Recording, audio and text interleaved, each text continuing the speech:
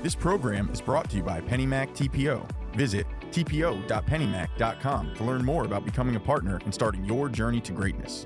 With the people, products, and technology to take you there, it's why they say at PennyMac, greatness lives here. Welcome to The Interest. I'm Katie Jensen. Keeping your sales force happy is important, but at what cost? Turnover in the mortgage industry has increased as rates have climbed to nearly 7% and originations have slowed. Our own Sarah Wolak talks to David Hirschman, Senior Vice President of Sales at Weichert Financial, about how to handle your staff. Today, every company is assessing their sales force differently than they were 12 months ago. I can assure you that. We all know that the mortgage industry is constantly changing. Wholesale is facing a rapidly shifting environment, and many companies have resorted to layoffs. Needless to say, turnover rates have employees wondering how to earn their keep at work. There are reasons for people to leave their company, and one of the greatest reasons people leave their company is because of lack of communication. And lack of communication in the terms of expectations is one of the areas. Hirschman says that companies with higher turnover rates are likely to not explicitly communicate the needs of a certain position.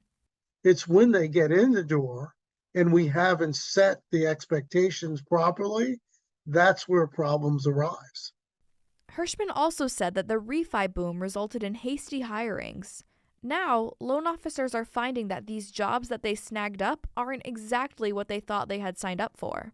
Right now, you certainly need a higher level of sales and marketing skills than you needed during the refi boom. That's where turnover comes into play.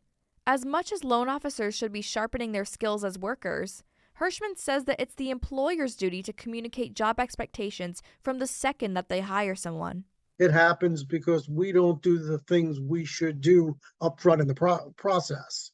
And that includes how we screen people and, more importantly, how we hire people as well, which includes setting expectations.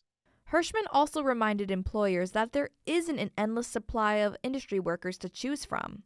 In fact, the pool is shrinking as more companies continue to downsize and professionals take a step back. The biggest issue today is a lack of production. You have people leaving the industry because they can't make a living. And that happens every cycle. I've been in the industry for, I'm afraid to say, 40 years. For the Mortgage News Network, I'm Sarah Wolak. Thanks, Sarah. To read more about what Hirschman has to say, check out the October issue of NMP Magazine at nationalmortgageprofessional.com. Mortgage applications plunged more than 14% last week, falling to the slowest pace in 25 years. It was the seventh decline in the past 8 weeks. The refinance index slipped 18% from the previous week, and the purchase index fell 13%. The MBA pointed out that the current rate has more than doubled over the past year and has jumped 130 basis points in the past 7 weeks alone. The NBA added that purchase applications have tumbled 37% behind last year's pace. Coming up, we'll tell you who's paying bonuses to executives even as the company is slashing jobs. Don't miss the largest regional mortgage show in the nation. The New England Mortgage Expo returns to Mohegan Sun in Connecticut, January 12th and 13th. See us at www.nemortgageexpo.com. Start your year with the best connections in the industry. Dozens of sessions, scores of exhibitors. It's where success is written every hour. www.nemortgageexpo.com. Welcome back. Adam is expanding its real estate data that it collects and provides. The company will now include NMLS loan origination data in the information available on its website. Adam says the inclusion of NMLS data will help measure loan activity across a range of factors, like loan product or amount, and by geographical area. Customers can also recruit originators who fill certain profiles or target opportunities for greater market penetration. We'll be right back with what else is interesting today. This program was brought to you by PennyMac TPO. Visit tpo.pennymac.com to learn more about becoming a partner and starting your journey to greatness. Welcome back. Here's what else is interesting today. loanDepot has reduced its funding capacity by $1 billion, laid off thousands of workers, and exited the wholesale lending business. But it hasn't stopped it from issuing pay raises to its top executives. 2 top executives received pay raises and will be eligible for bonuses up to 200%.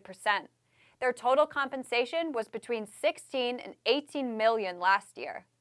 The lender has shed 4,000 jobs after reporting a second quarter loss of $223 million. For more on these and all of today's top stories, go to mortgagenewsnetwork.com.